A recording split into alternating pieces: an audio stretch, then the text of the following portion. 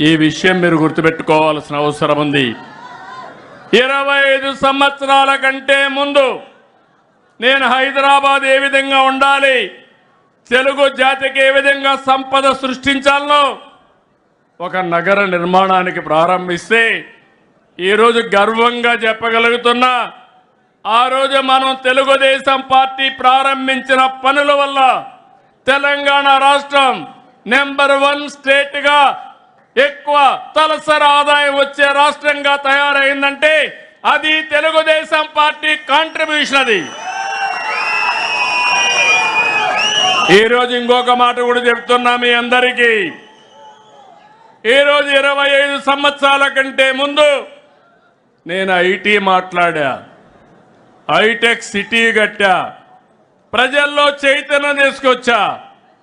అప్పుడు నన్ను నమ్మలేదు. కానీ ఈరోజు మీరు చూస్తే మీ ఊర్లో ఎంతమంది ప్రపంచంలో వేరే దేశాల్లో ఉన్నారో చూస్తే దానికి దోహదం చేసిన పార్టీ తెలుగుదేశం పార్టీ.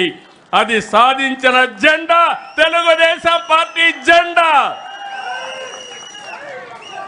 ఈరోజు నేను గర్వంగా చెప్పగలుగుతున్నాను, ఏ దేశమైనా వెళ్ళండి, ప్రతి ఒక్క ఊర్లో కూడా మంచి కాలనీలు ఉంటాయి, అంటే డబ్బులు ఉండేవాళ్ళు.